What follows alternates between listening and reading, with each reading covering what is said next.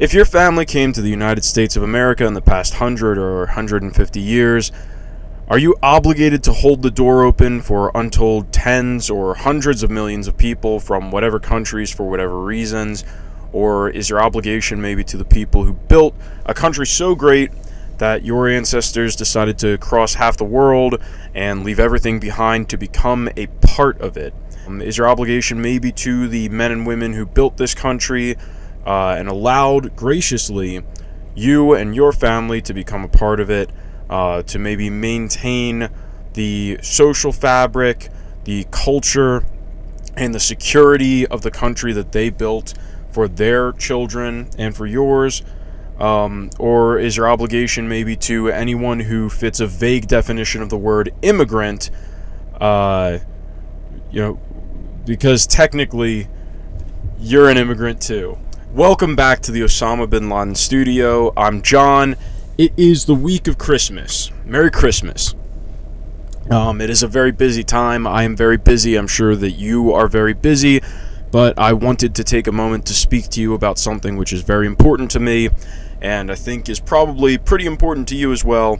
It is the defining issue of my generation. It will determine whether we get to enter a new age of American prosperity, or if we are forced to watch as, over the course of our lifetime, our country becomes something which is totally unrecognizable, alien to us, and inferior in just about every single way. To me, the answers to all of these questions are obvious, and I'm sure that you have inferred my answers from the ways that I have posed these questions. But the point of this video, this little conversation that we're having right now, is to maybe reach out to some people who are struggling with these questions and the answers, and maybe for you to get some pointers for discussing these issues with those people around this holiday season, because there's nothing that we would rather all be doing at Christmas dinner than discussing immigration, as I'm sure we will be. There are a lot of very well-meaning and good people who feel morally obligated to place no restrictions on who is coming into this country and for what reasons. And they seem to view this concept of immigration as sort of a moral issue, right? Of either immigration is a moral good and you should allow it, or immigration is morally bad and you shouldn't allow it. And that is sort of the way that they see the conversation phrased. And when you criticize the way that immigration is handled in modern America and in the entire Western world, the type of immigration that we are seeing today, when you criticize that, they seem to think that you're criticizing the concept of immigration. We have seen at times in this country's history that limited immigration from countries with cultures and histories like ours, it can be good. It can cause a rise in general economic prosperity for everyone in the country. But we have also seen abundantly clearly, I think, that unchecked, unlimited immigration from maybe countries which are less developed than ours, and less like ours, is disastrous. It poses none of the benefits and brings along with it scores of issues, many of which were foreseeable and a lot of which surprised everybody. My family came to the United States in the early 20th century, and we are now virtually indistinguishable from our peers whose families have been here since before the founding. Nobody in my family has ever been on welfare as far as I'm aware. Everybody works. All of them have real jobs and real businesses that provide real goods and services to the American people.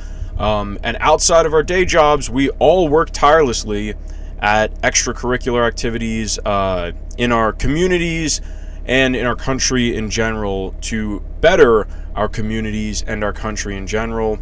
And we look to shape our communities and our country in the way which the founding fathers of the United States of America intended. Certainly not in any sort of way which resembles more our Italian or Irish ancestors. We are not seeking to remake the country in their image. At the same time, we see people from countries like Somalia, India, Mexico. We see these people openly discussing the fact that not only are they not really interested in becoming a part of America in the same sense that we have, but they openly discuss their contempt for the founding fathers and the original settlers. They certainly do not keep it a secret how they view the United States of America as essentially stolen land, and all of our success, our prosperity, our peace, right, our accomplishments are all either lies and some sort of government conspiracy, or simply stolen from them, right? Something that we didn't deserve, we lucked into, or we got by dishonestly. And this might be why they feel so comfortable and entitled to abusing our welfare systems, and I mean virtually looting our welfare system, like we have seen in places like Minnesota, which there is a lot of news coming out about right now. They are essentially coming from third world countries, and instead of adopting our first world customs and way of doing things, they are insisting upon maintaining and even expanding their more, we'll say, less developed ways of doing things. And I mean, I could tell you horror stories from truck stop bathrooms, but we're not even going to get into that. But they have made it abundantly clear that their goal is to reshape our country in their image, right?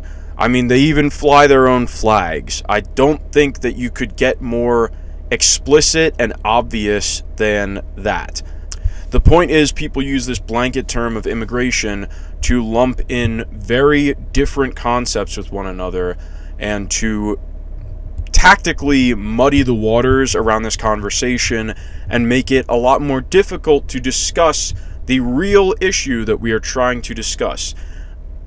The point is that immigration is not an issue of a moral question as much as it is a practical question. It isn't about whether you believe in the concept of immigration. It is simply about deciding what versions of immigration are good and bad. It is about deciding, if you're going to allow people into your country, how many should you allow in, where should they be from, and what should you expect of those people who come into your country. And so I am hoping that this little talk right here gave you something to think about. If you disagree with me, please feel free to let me know. I would love for any one of you to convince me that I am completely wrong about this stuff. It brings me a great deal of stress to see a lot of what is happening in my country and in my community when it comes to immigration. And I would love if any of you out there could convince me that I am completely wrong about these things. It would truly be a weight off of my back. And so I'm asking you to do that for me. But I hope that this gave you something to think about or something to discuss when you are discussing the issue of immigration at Christmas dinner, as you will be. And I hope that you keep this maybe in the back of your mind when you are telling me that I am wrong. Merry Christmas, guys. God bless America. I can't wait for the things that we are going to do here. I'm very excited, and I hope that I'll see you back here.